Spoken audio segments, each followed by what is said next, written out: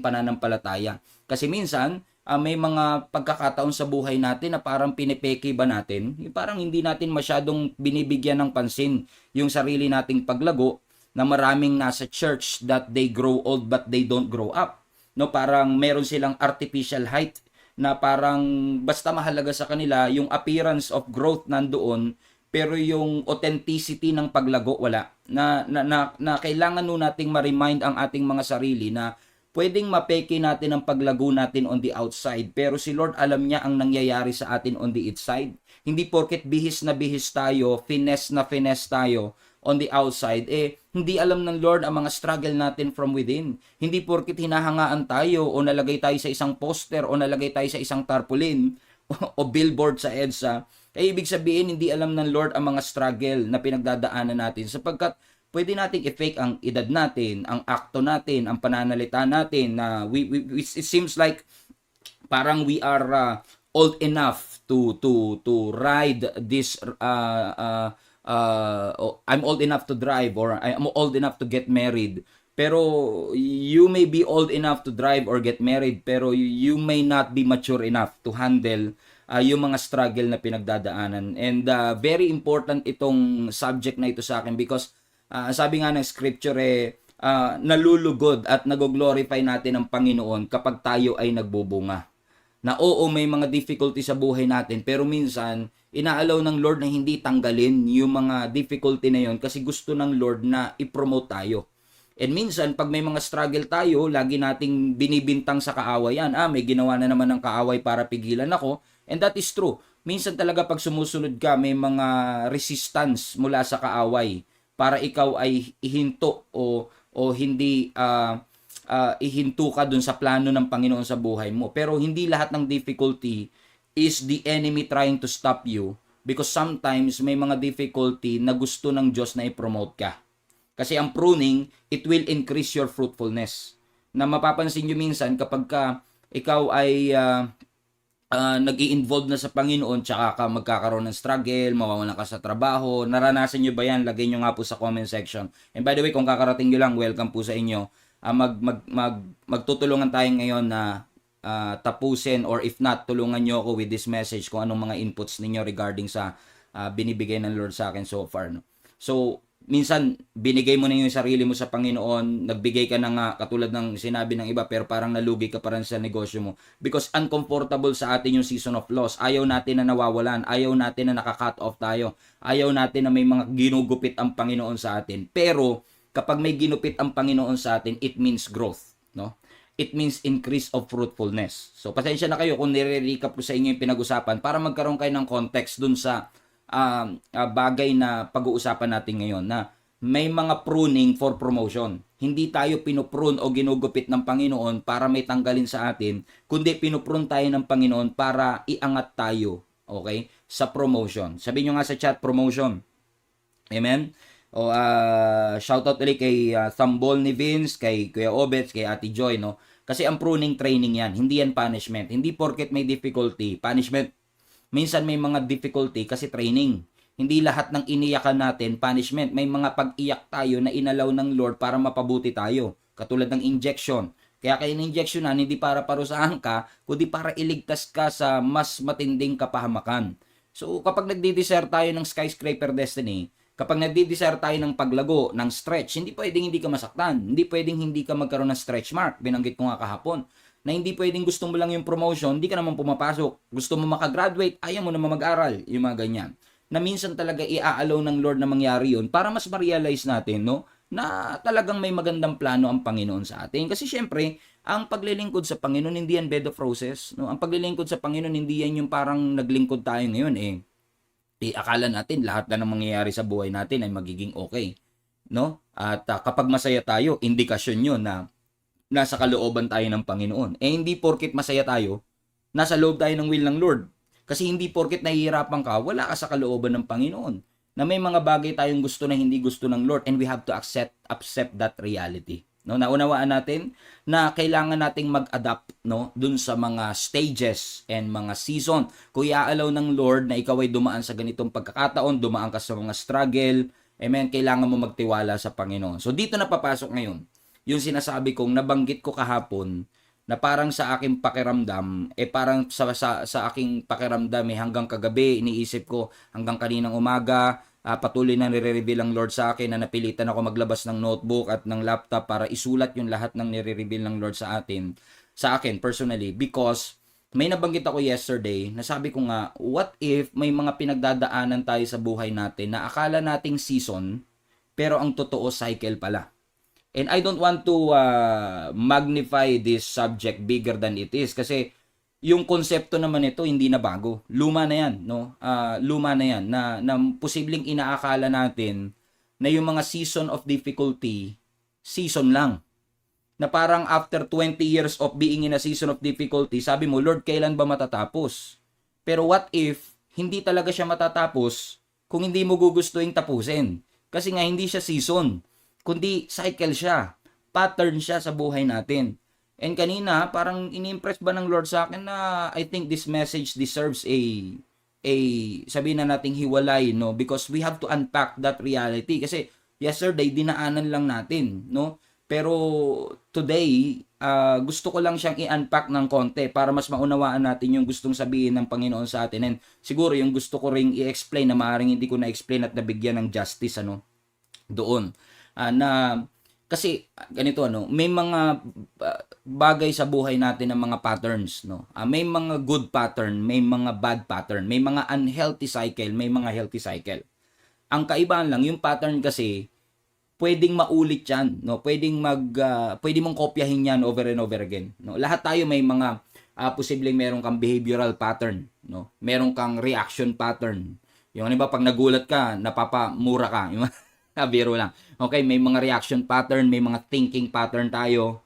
Okay, narinig niyo ba ako maayos? Sana, no?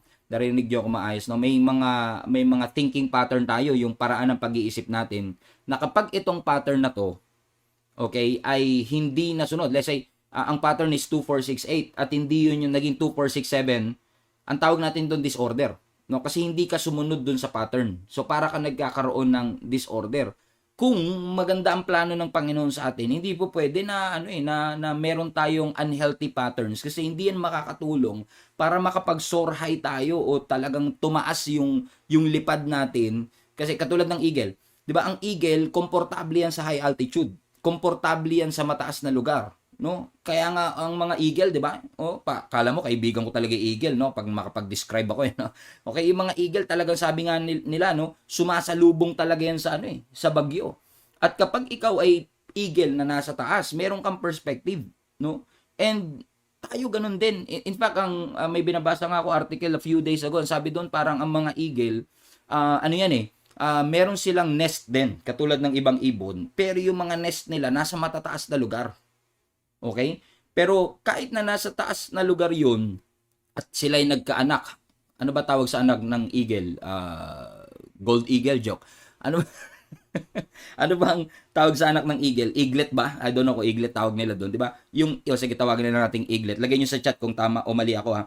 Okay, yung eaglet, no, ay lumipad o umalis. Kailangan yung eaglet para ma-maximize niya yung potential niya. Kahit eaglet pa siya, kailangan umalis siya dun sa nest, no? Hindi kasi po pwede na lagi, 'di ba? Sa una, 'di ba? Yung mga ibon talagang dinadala ng pagkain niya ng nanay ng inahe o ng anak ng nanay nila. Pero hindi naman po pwedeng lagi kang nandoon kasi hindi tayo dinesign para magstay sa nest natin. Kailangan tayong lumabas dun sa nest natin. Amen? Kaya dun pumapasok ngayon yung thought na para bagang nilalagay ng Lord sa akin, what if may mga bagay na iniisip nating season sa buhay natin, pero sa totoo lang cycle pala. Na minsan nire-rebuke natin yung dapat na nire-repent natin. No? Lagi nating sinasabi, I rebuke this season of ganito, I rebuke this season of ganyan, na posibleng hindi siya season na hindi siya maaalis by rebuking kasi ang season kusang aalis yan Correct? 'Di ba? Ang mga season, halimbawa season of winter, kusang natatapos yan. Hindi mo yan kapag season of winter, hindi mo pwedeng palayasin yan. At sabi mo lamig na ako, lumayas ka. Hindi, ang season of winter, you have to wait until it's finished. No, a season of summer, para makarelate tayo kasi tayo summer tsaka rainy season lang. A season of summer, kahit init na init ka na at pawis ka na, Hindi po pwedeng, hindi mo pwedeng sabihin na iinitan na ako, pwede bang lumayas ka na at pumunta na at dumating na yung rainy season. Hindi tayo nagpipili. So sometimes may mga buhay sa atin, napapansin nyo, may mga buhay sa buhay na, may mga bagay. Sorry. May mga bagay sa buhay natin, pasensya na kayo. Sabi ko nga sa inyo, raw ito because I'm still processing, no? In my head, what the depth of this, because actually this thought can be a series, can be a sermon series. So I don't know where God wants to take us. Pero the point being is that yung season, tulad ng season of raining, di ba? Hindi mo pwedeng madaliin, hindi mo rin pwedeng paalisin kagad. So minsan may mga parts sa buhay natin, may mga bagay sa buhay natin na kahit anong gawin nating rebuke, hindi umaalis. Tama ba mga kapatid? Kasi kung season mo, hindi talaga aalis yan. Pero kapag yung parang tinawag mong season, nasa yun na for 20 years, I don't think it's still a season. I think ko hindi na season yan. No? 'Di ba? Kahit nga season of sickness o season of albaw sa atin, no? Flu season. Hindi buong taon flu season. Kasi kapag buong taon flu season, problema siya. Hindi, 'di ba? Tulad sa atin, may rainy season ng tag-ulan. Kung buong taon tag-ulan, hindi normal 'yun sa natin, sa bansa natin. So, yung season, 'di ba? Pansinin niyo ha, ang kaiba ng season at cycle. I was thinking about this earlier. Tulungan niyo ako sa chat ha, para alam niyo yun, para mas maging rich pa yung message natin kapag, di ko alam kung kailan to itatopic, di ko alam kung saan natin to sisingit, pero just help me out so that maybe through our online interaction, do you call it interaction matulungan ko kayo at makatulong kayo sa akin at matulungan tayo ng Panginoon, yun ang pinaka-importante, di ba? Right? Okay, so yung season, natatapos siya. So ibig sabihin ang season na may measure mo. Halimbawa tayo, pag April and May, season ng yun, summer. Pag yung init umabot ng December, galit ka Sabi mo, grabe, December nang init pa. Bakit? Tapos na dapat yung season Tama? Tapos na yung season, nagmamagaling pa yung init. Panahon na to ng lamig Bumili na ako ng jacket nag-ukay-ukay ako ng tig-50 jacket tapos hindi ko masuot kasi ang init. So nagagalit ka pag nag-o-overstay yung season kasi ang season usually, andyan pa ba kayo? Okay? Okay? Sabi ni Ron, ang season changes, ang cycle remains. Agree ako diyan. I will unpack that later on. Kasi 'di ba, ang season pwede mo siyang i-measure pwede siyang matapos. Kumbaga ang season, it will automatically end in time. At ang kagandahan sa season, you can anticipate the season. 'Di ba? Ang season pwede mo halimbawa, birth and death season, planting and harvest season. Okay? Summer season, na-anticipate mo, magsa-summer na, maghanda ka na ng sando, o maghanda ka na ng ganito. 'Di ba? Kung ikaw ay pupunta sa isang bansa, tulad ngayon, punta ka ng Japan o ng Canada, hindi mo pwedeng dalhin yung damit na sinusuot mo dito sa Pilipinas na naka-t-shirt ka lang. Kailangan diyan patong-patong ang mga jacket mo because you have to adjust, to the season. So, makikita mo sa internet, ano bang season dyan ngayon sa Japan? Ano bang season ngayon dyan sa Canada? So, na-anticipate mo siya. Hindi siya yung basta-basta, ewan ko kung nangyayari sa ibang bansa to, pero, di ba, pag season talaga ng winter, hindi kinabukasan, tuyot yan at dry na dry, no? Pwedeng may gradual changes, pero na-anticipate mo siya kasi unti-unti siyang pumapasok, unti-unti din siyang nawawala. Now, itong kaibahan ng season tsaka cycle na napansin ko. Kasi nga, so ang subject na pinag-uusapan natin is, sa mga bagong dating lang, shoutout po sa inyo, hello po sa inyo. I've talked about the message yesterday about what will you do when God removes something in your life, and I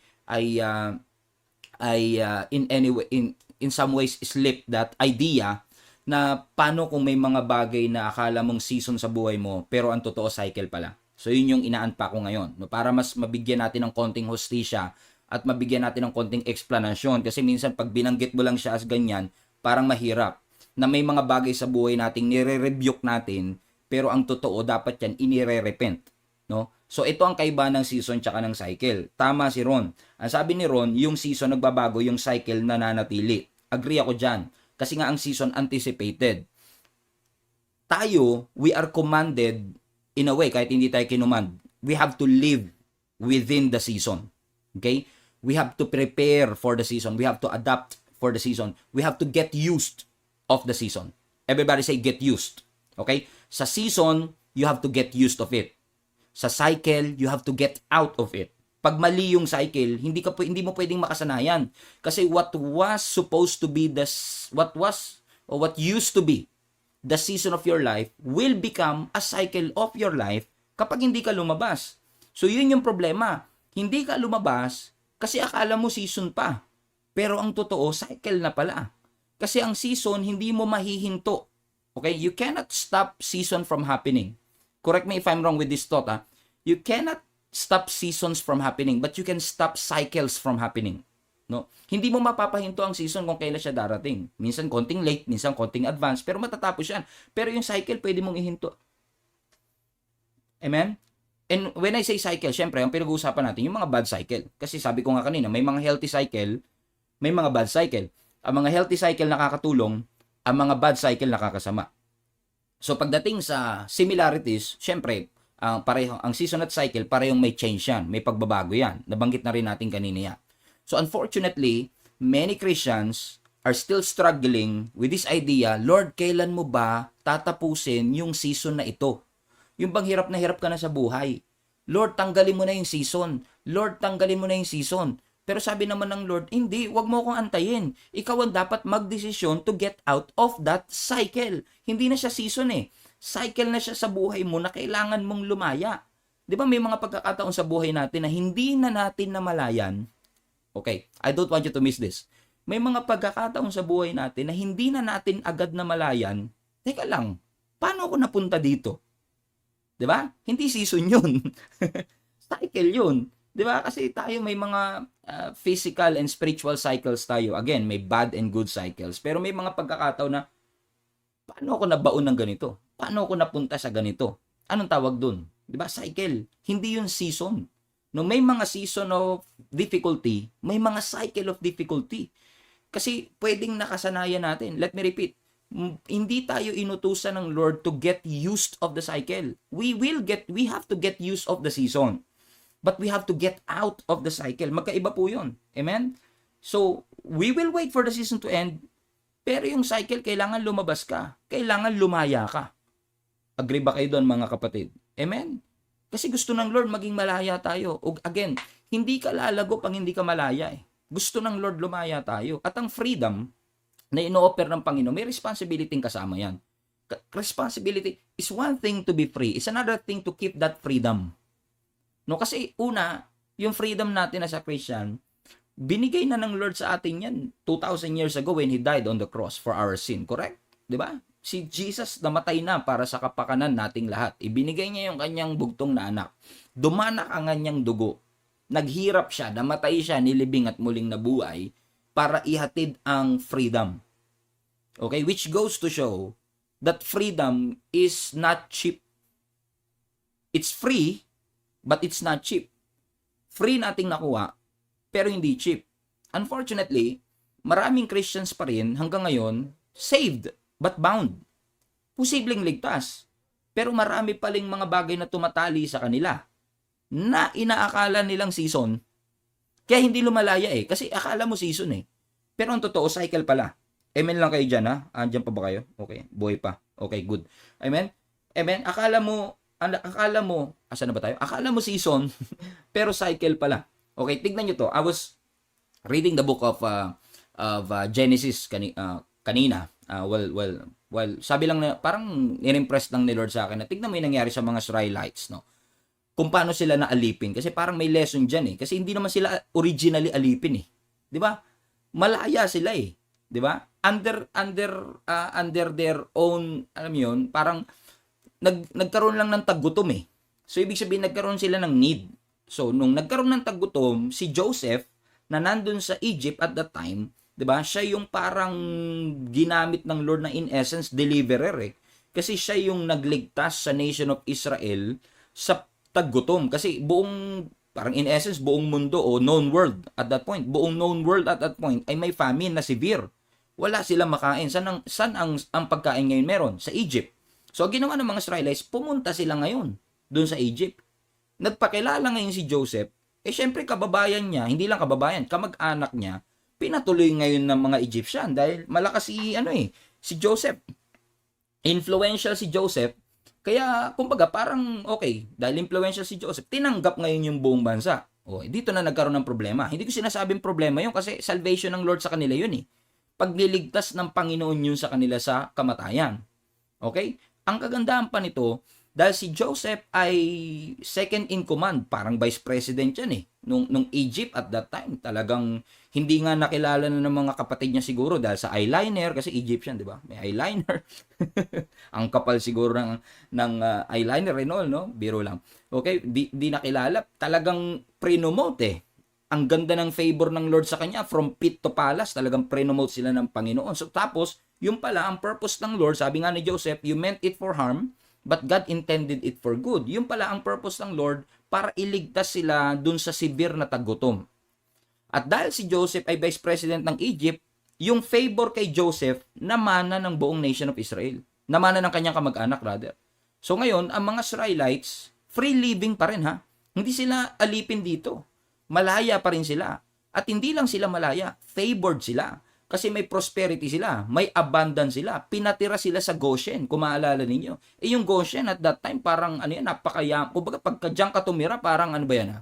Forbes Park eh. Okay, so may sarili silang bahay, may sarili silang property. Eh hindi ka alipin nun kasi may sarili kang property, no? May sarili kang bahay. So in essence, look at this. Tignan niyo yung turn of events. No, na yung season naging cycle. Okay? Niligtas sila ng Egypt. Okay? Pinakain sila ng Egypt. Binigyan sila ng pagkain through Joseph. Correct? Okay? Pero, tignan nyo to. I don't know ha? Pero parang sa pagkakabasa ko kanina, hindi sinabi ng Lord na manatili sila sa Egypt forever.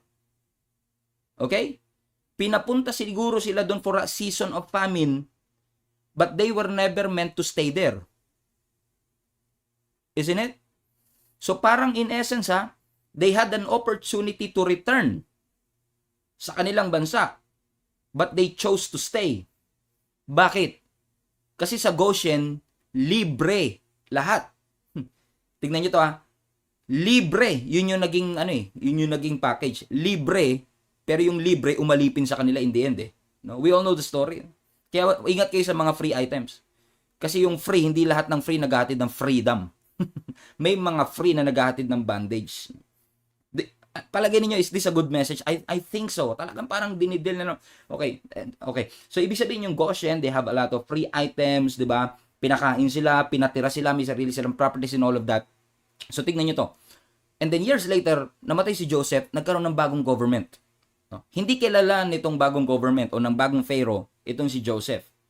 So dahil nandun pa rin ang mga Israelites, siguro lang ha, ayoko namang, lalo yung mga bashers ko dyan, sabihin na naman dinadagdagan natin ang Bible. Hindi ko dinadagdagan. Meron lang tayong, kumbaga, based on the context clues, mga assumption na posibleng nangyari.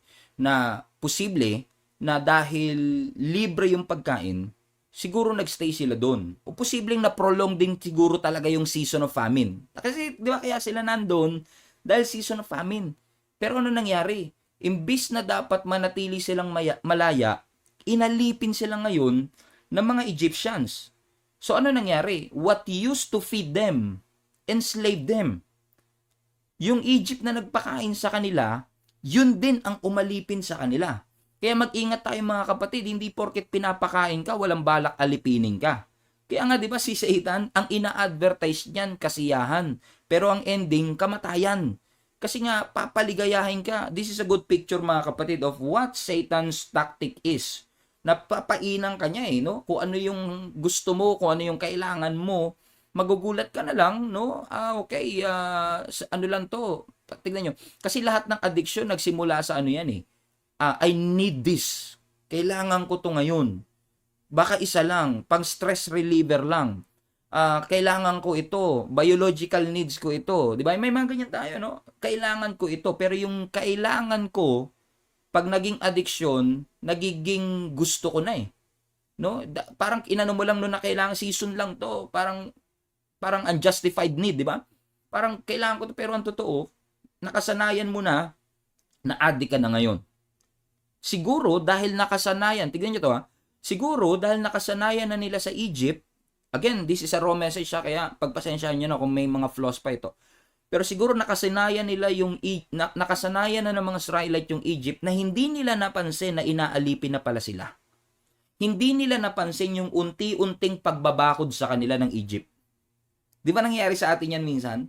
Unti-unti ka ng binabakuran, hindi mo pa namamalayan. Yan, lagay nyo nga sa chat, unti-unti ka ng binabakuran, hindi mo pa namamalayan. No? Oo, nangyayari yan eh. Kasi nga, nakasanayan na nila yung Egypt, hindi nila napansin, inaalipin na pala sila. Hindi nila napapansin na unti-unti na naglalagay ng hollow blocks para sila'y alipinin. Amen? At kung may mga stronghold, tandaan nyo to, kung may mga stronghold na nilalagay si Satan, madalas hindi natin napapansin yan because we are enjoying eating inside. Yung season, naging cycle na, hindi mo na malayan. Okay? Naging unhealthy cycle, naging vicious, naging unproductive yung cycle. Kaya dapat, supposedly, season lang, naging cycle na. May narinig ako istorya kanina, syempre theologically malamang incorrecto, no? Pero para mas maunawaan nyo, let me try to remember, no? Na parang ganito, na parang sa isang desert daw, no, merong hinati daw yung isang desierto na lugar ni Lord tsaka lugar ni Satan, no. Naglagay sila ngayon ng bakuran, no, sa gitna. So hinati nila ngayon sa dalawa, dito yung kay Lord, dito yung kay Satan. Ngayon may isang tao, pinapapili ngayon siya. Saan ka ngayon pupunta? Nakatungtong siya ngayon sa sa bakod. Nakatungtong siya sa bakod. Saan ka ngayon pupunta? Sa side ba ni Lord o sa side ba ni Satan? Di ko alam kung narinig niyo na tong story na to. Hindi siya makapag-decide. Hanggang sa yun palang pamimili, may hangganan lang. May hangganan lang. So umalis na sila Lord. Sabi ko nga sa inyo theologically incorrect pero you will get the idea. Umalis na si Lord, tapos sila Satan umalis na rin. Naiwan ngayon tong isang taong ito na nasa bakod, nakaupo lang siya. Kasi nga, hindi siya makapili eh. Di ba marami tayong ganyan, no? Pinapapili ka, hindi ka makapili. Kaya nandun ka lang sa fence. Nandun ka lang sa bakod. Maya-maya, pag alis ni Satan tsaka ni Lord, bumalik si Satan. Sabi niya, oli ka na. Sumama ka na sa akin. Sabi ngayon ng taong ito, hindi ako sasama sa iyo. Hindi nga ako makapili. Gusto ko si Lord, pero gusto ko rin yung kasiyahan eh. Sabi ng Lord, sabi ni Satan sa kanya, wala kang magagawa. Kasi yung bakura na yan, akin yan. Agree? Amen? Kaya nga naglagay si Lord ng boundary dahil sa kasalanan. Kakagawa ni Satan yon. So kung nakatungtong ka sa bakod at di ka makapili, kay Satan yan. Parang ganun yung, in essence, ganun yung sinasabi ng story. Make sense? Di ko alam kung nag-guess ninyo. I mean, lagay nyo nga sa chat, I got it. Nag-gets nyo? Kung nag-gets nyo, lagay nyo, I got it. Bakit? Madalas tayo nadidistract ng kaligayahan. We are distracted with the fun. And we never notice the fence. Nilalagyan ka na ng fence kasi masayang-masaya ka. Nilagyan ka na ng fence, hindi mo pa namamalayan.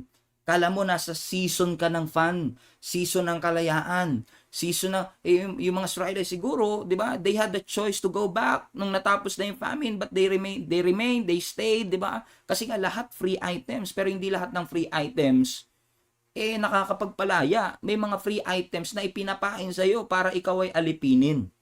At nung time na yun, nung gusto na sigurong magtumakas ng mga Israelite, it's now too late. Amen? Inalipin sila ng desire nila o in essence, pangangailangan nila for free items. So yung free, capital F-R-E-E, tignan nyo yung, I hope you see what I'm trying to do here. Yung free items ang umalipin sa kanila. Amen? At yung supposedly, pinagtrabaho sila sa mga Egypt, di ba? Supposedly siguro, a season of working, I don't know kung paano yun nagsimula. Siguro, sinasabi ng mga Israelites, sige na, okay lang to, sige, para na lang kapalit ng ginagawa ng Egypt na pagpapakain sa atin, magtrabaho tayo para sa kanila. So yung season of working for the Egyptians became a cycle and slavery that went through 400 years. So hindi na yan season. Cycle na yan. Amen? That's what I'm trying to tell you mga kapatid, na hindi po porket dumadaan ka sa difficulty season, may mga difficulty na pwedeng cycle, consequences of our choices. 'Di ba? Minsan natatawa nga ako kasi lahat na lang ng mga mali sa buhay natin isinisisi natin kay Satan. O ba't ka nagkaganyan? Si Satan kasi. O ba't ka nagkasakit? Si Satan kasi. O ba't gagaganyan ng si Satan kasi. Totoo, may mga ginagawa si Satan talaga. May mga spiritual resistance talaga. Pero karamihan ng difficulty natin, consequences yan ng mga choices natin. Tignan nyo yung mga Israelites, di ba? Nung sila'y natrap na, sila'y naalipin na, the only way, tignan nyo, the only way for freedom right now is to have a deliverer. Sino yung ginamit na deliverer? Wala na si Joseph eh. Sino ginamit? Si Moses. And I believe kung tayo man ay natrap no, sa cycle of pain, difficulty, lack, sickness, posibleng cycle yan eh. Marami mga cycle sa atin ng emotional breakdowns and cycle of depression and cycle of fear and anxiety. Season of anxiety lang to. Pero 5 years of anxiety is not a season. Amen. We always feel anxious sometimes. Nakakaranas tayo ng anxiety. Pero kapag you live with anxiety, is a bandage already. Hindi na season yan. No? Cycle na yan eh. Lahat naka-move on na, ikaw hindi pa eh. No? Baka mamaya akala mo season pa eh. Lord, inaantay ko matapos na yung season ko, matapos na yung season ko. Sabi nga, ulitin ko, sabi ng Lord naman sa'yo, ikaw lumabas. Hindi na season yan. Tapos na yung summer, naka-winter jacket ka pa, naka-windbreaker ka pa. Kailangan mo nang lumayas, kailangan mo nang umalis. And I believe that if we are now trapped with that cycle, the only way for us to be free, katulad ng mga Israelites, is to have a deliverer. To turn to God. Amen. Para yung mga kasalanan natin ay mawala at magkaroon talaga ng change of mindset. Di ba? Sabi nga ng Acts chapter 3, no? Kunin ko yung verse na to kasi kanina binabasa ko nga ito, no? Sabi ng Acts chapter 3, tingnan nyo, repent, turn to God, so that your sins may be wiped out. Sa ibang translation yan, blotted out. That times of refreshing may come from the Lord. So gusto nyo bang maranasan yung times of refreshing? Yung times of freedom? O sabi ni Apostle Paul, magsisi kayo. Ang context nito is that yung pinagaling ni Peter and John, naalala nyo? Si Luke pala nagsulat nito. Nung pinagaling ni Peter and John, yung lumpo na nasa Beautiful Gate, diba? Na nagsasaya-siya siya at question siya ng mga Pharisees. Ang sabi nila Peter and John, hindi, si Jesus Christ na resurrected, siya ang nagpagaling sa taong ito. Magsisi na kayo. Yun yung sinasabi nila. At you turn to God so that your sins also by God's grace will be wiped out para naman magkaroon kayo ng times of refreshing kasi nasa cycle na kayo of the cycle of being under the covenant of the law. Kailangan nyo nang lumaya dyan so that your sins will be wiped out. Believe in the resurrected Jesus Christ. Ano sabi ni Peter and John? Repent. Magsisi na kayo. At kapag sinabi ng Lord na mag-repent, hindi niya sinasabi mag-apologize ka. Ang repentance, hindi ibig sabihin yan mag-apologize. Na nag-apologize na ako kay Lord, repentance na. What he's trying to say is change your mindset. Get out of that cycle. Kumbaga pag sinasabi ng Lord na repent, ang sinasabi ni Lord sa atin, i-acknowledge mo yung mali mo at i-acknowledge mo ring tama si Lord. Change of mindset. Amen? Change of mindset and you will experience the true freedom. Amen? So far hanggang dun pa lang Amen? Na kailangan nating lumaya because ang kagandahan naman, si Satan, wala namang bagong tricks yan. Yung mga tricks ni Satan, same old yan. Kaya wala tayong dapat na takot sa kanya kasi una sa lahat, pinagtagumpayan na yan ng ating Panginoon, 'di ba? Kaya alam ko na pwede nating i-claim at lakaran yung freedom na pinagkaloob ng Panginoon sa atin. Amen? Lagay nyo nga sa chat, repent. Ano ibig sabihin ng repentance? Hindi porket Lord, apologize, sorry, nagrepent na tayo. Hindi, ang tunay na repentance, i-acknowledge mong mali ka, tama si Lord. At ibig sabihin nun, magbago tayo ng kaisipan na hindi natin gawin yung alam nating offending at mali sa harapan ng Panginoon, kundi gawin natin yung gusto ng Panginoon. And it will require what? Freedom, change of mindset. It will require what? Recognizing the sovereignty of the Lord in your life, na makita mo na ang Diyos ang totoo. So, yung ginagamit ni Satan mula pa kay Adam and Eve hanggang sa ngayon, iba lang ang forma niya pero pare-parehong tricks yan. He's using the same old stuff sa mga anak ng Diyos, and most of the time, unfortunately, kasama naman ako diyan minsan, we always fall for it. We fail. Bumabagsak pa rin tayo with that same strategy. Kaya maraming Christians ngayon talaga, alam niyo, dumadaming Christians Mapapansin niyo naman sa Pilipinas, di ba? Ang dami ng Christians. Nung panahon ko, nung nag-youth pastor ako, ang pagiging Christian, kabado yan eh. Kaway-kaway po sa lahat ng mga kasabayan ko dyan. Kabado yan yung dati. Pag ikaw naging Christian, tinutokso ka. Praise the Lord ka. Eh ngayon, sa dami siguro ng mga influential people na naging Christian, eh parang naging in demand na. Kaya naman ngayon, lahat na lang gusto maging Christian. Ay, ako Christian din ako kasi si Piolo Pascual, Christian. Christian din ako kasi o si Gary Valenciano ay Christian. Yung mga ganyan, di ba? May ganun tayong thinking. Pero unfortunately, praise the Lord, maraming naliligtas, pero hindi lahat lumalaya eh. Amen. So we have to, what do you think about this mga kapatid? What do you think? Kasi hindi tayo magiging epektibo pag nakatali talaga tayo eh. Amen? So ano susi? Repentance, di ba? Change of mindset. Sabi nga ni Joy, para you will experience true freedom. Sabi ni Nilo, wake up message. Yes, kailangan talaga magising tayo. Baka iniisip natin, season to, antay ka ng antay ng season. Lord, kailan mo ba gagawin? Kailan mo ba bibigay? Kailan mo ba yung ganyan? Pero sabi ng Lord, hindi, wag mo antayin. Ikaw ang magdesisyon to get out of that cycle. At magugulat tayo, no, sa blessing ng Panginoon. Kasi hindi tayo magiging kagamit-gamit. Meron pa ako isang message nito cycles and patterns naman. Although naka-focus yun sa cycles, no, at hindi ko na differentiate itong seasons and cycle. Pero 'di ba? Nabanggit ko dun sa isang message na meron na yan sa YouTube, no, yung cycles and pattern na. Kung maalala niyo ang ating Panginoong Hesus, nung pumasok siya sa Jerusalem 5 days before he was about to be crucified, 'di ba? 5 araw bago siya i-crucify. Ang sabi niya dun sa disciple, pumunta kayo dun sa town, tapos may makikita kayong donkey. Kalagan nyo, tanggalin nyo sa pagkakatali yung donkey. Okay? At dalhin nyo rito. Pag tinanong kayo kung kanino galing yung sino nag-utos na yung donkey ay kuhanin, sabihin nyo, Rabbi wants it or Rabbi wants to use it. Parang ganon, kung tama pagkaalala ko. Alam nyo ba kung sa panahon natin mangyayari ngayon yan? That's something na pwede mo ikakulong. Kasi ang donkey is like Mercedes-Benz nung time nila.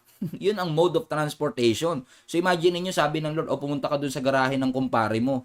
No, kuhanin mo yung susi, itakas mo. Pag tinanong ka, sabihin mo si Lord gustong gamitin. O di ba? Baka sa ano ka?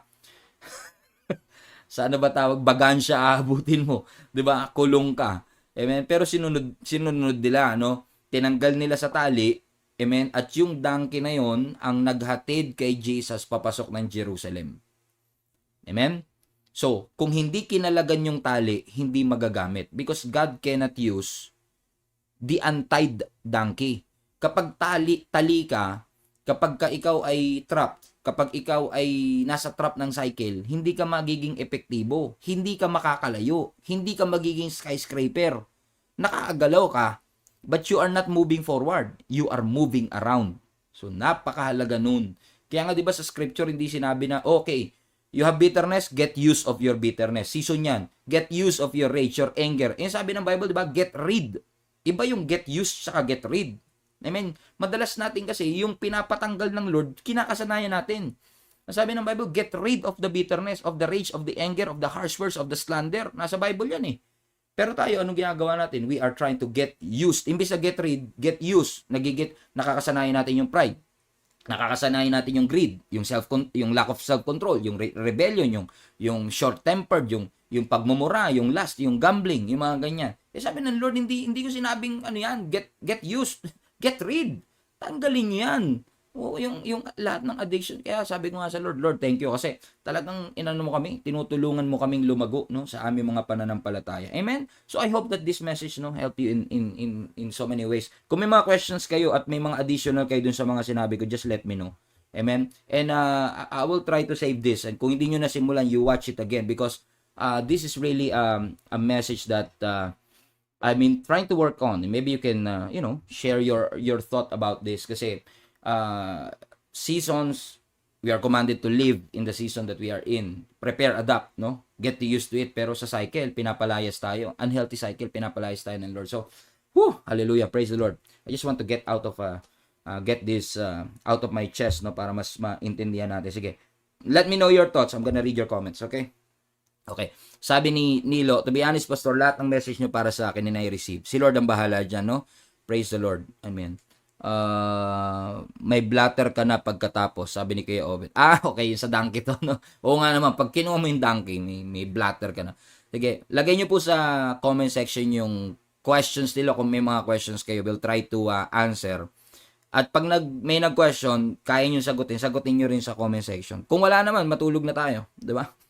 Madali akong kausap, kayo naman, no? Okay, so, sabi ni Cherish, this message comes from the Holy Spirit.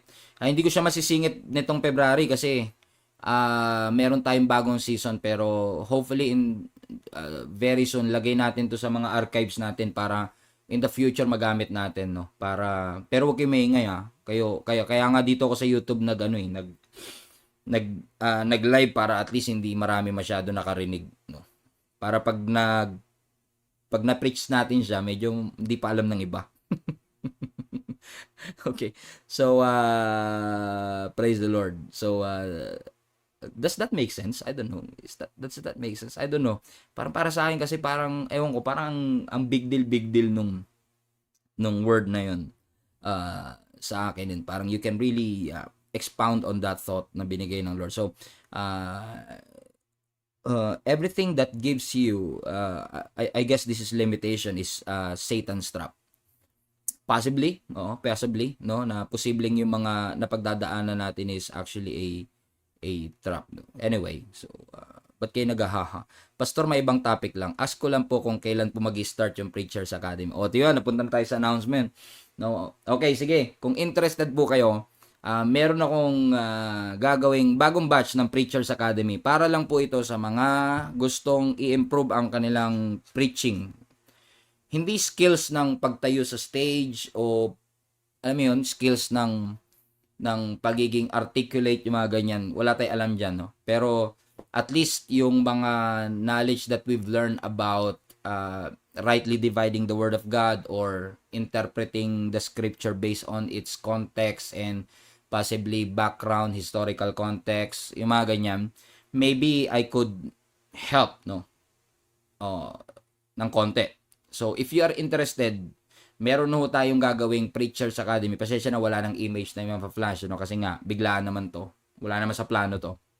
Okay?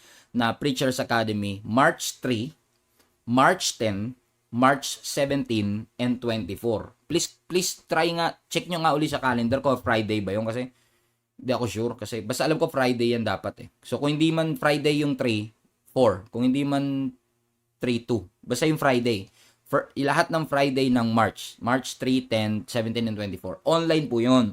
Via Zoom. So, pwede po kayong mag-join, no? In the next few days, bisitahin nyo lang po yung page ko kasi ilalagay po natin yung formal announcement noon with the link kung paano ho kayo makakapag-register. At yung link ang mag-aano kung paano ho kayo makakapag-avail ng slot kasi limited slots lang po ito. May mga certain number of people lang tayong nire-reach. Pag na-reach natin yun, wala na po, hindi na. Libre pa naman yan sa mga taga-Gia, Kamanaba, and Monumento. So, talagang medyo mabilis mauubos yung slot, no? But anyway, kung interested po kayo, via Zoom po yan. Usually, kada session, 2 hours, no? So, kung interested kayo, may mga questions kayo, pwede kayo mag-send ng message sa Facebook page ko para masagot natin. Or gusto nyo na kagad magpa-register right now kasi pwede na kayo magpa-register. Pero soft lang kasi announcement ko kaya hindi pa masyadong naano sa marami. Pero, kung interested kayo. Tsaka, gusto ko I don't know, may, simula kasi nung ginagawa natin Preachers Academy, syempre, may mga natututunan tayo along the way. Hopefully, may add natin, no? Dito sa bagong batch ng Preachers Academy. But, kung interested po kayo, kahit hindi po kayo preacher every Sunday, kung kayo man ay nagpipreach sa link sa small group ninyo or sa mga devotion ninyo sa mga ministries or talagang parang mayroon lang kayong passion and you feel cold. Mahirap lang yung you feel cold kasi minsan nakala mo tinawag ka pero hindi talaga. Pero parang mayroon kang nagkakaroon ka ng sense of passion in studying and delivering the Word of God. Both are difficult. Kung interested po kayo dyan, pwede kayong mag-register. No? Kung kaya gusto niyo lang talaga madagdagan yung knowledge niyo about the Bible, 'di ba? So baka po makatulong sa inyo. Hindi po libre, syempre may bayad po yan na 1,000 pesos, no? Para sa hindi part ng aming community dito sa Gia Kamanaba. Pero I'm gonna assure you that 1,000 pesos is going to be worth it, which will also go for the expansion of the ministry. Pero at the same time, hindi lang siya worth it kasi you will fall in love with your Bible all over again. Yun yung pinaka-importante, no? So, kung interested po kayo dyan, message kayo sa page or magsabi lang po kayo o magantay po kayo ng mga announcement sa Facebook natin. So, magpa-register na po kayo. Okay? So, there you go. O, tama. March 3 nga. Okay, so, praise the Lord. Meron ba mga nandito na nakatina ng Preachers Academy? Hindi ko lang alam. Pa-shoutout na lang po, Kuya Jerry. Okay, si Dayan. Hi po. Hi, Dayan. Hi, Daiza. Magpaparegister na ako this time. Bakit po dati hindi kayo nakaregister siguro? Okay. Welcome naman po, outsider. Opo, hindi naman po kayo tinuturing na outsider, no? Pero kung hindi po kayo part ng aming church at meron po kayong sariling church, welcome po kayo. Actually, dahil via Zoom yan, kahit saan part po kayo ng mundo, technically, pwede ho kayo basta may internet, no? Pwede ho kayong manood. So, pwede ho kayong mag-participate. So, ang kagandahan po niyan kasi mas interactive ng konti compare kapag normal seminar or normal webinar. So, I guess for the past 2 batches that we've been doing this globally, about 500 people na natulungan natin. So, at least 500 preachers yun, di ba? So, glory to God. So, this is going to be amazing, no? And exciting din. Ako din excited ako to reconnect with you all para po dito sa ating Preachers Academy. So, any questions? Bukod po sa announcements, baka may questions kayo dyan. And kung wala na, matulog. 11:30 na pala, matulog na tayo. Okay, pero I'm going to save this notes, no? Yung mga napag-usapan natin today. Hopefully, in God's perfect timing, mai-deliver natin ito at maging isang buong mensahe. Kasi malayo-layo pa, parang wala pa sa kalahati. Pero yung idea naman masyadong broad naman yung idea. Kaya nga sabi ko sa inyo, pwedeng maging series ito. But Jeric, hi po, blessed night po sa inyo, and John Aldrin Lagarde. Sige po, maraming salamat po uli sa inyo, and thank you for listening, and thank you for being with us today. I hope that this message have been helpful to you in some ways. Di nyo naman ako tinulungan, parang wala naman yata kayong sinuggest dito na gagawin. Okay, pero anyway, I'm gonna read the comment anyway, baka kasi hindi ko lang nabasa. Pero maraming salamat po, and I hope that next time, no, will be joining with us again. Join us again. And if you haven't already, please subscribe to this YouTube channel at hopefully makapag-upload tayo ng mas marami pang content dito sa YouTube channel natin. Okay? God bless guys. Pagpalain po kayo ng Panginoon ng sobra, umaapaw pa at hindi ko kayo makaranas ng anumang kasakitan, no? At ingatan kayo ng Panginoon, at kung kayo ay may sakit, pagalingin po kayo ng Panginoon. Maraming po salamat. Pagpalain kayo ng Lord. God bless you.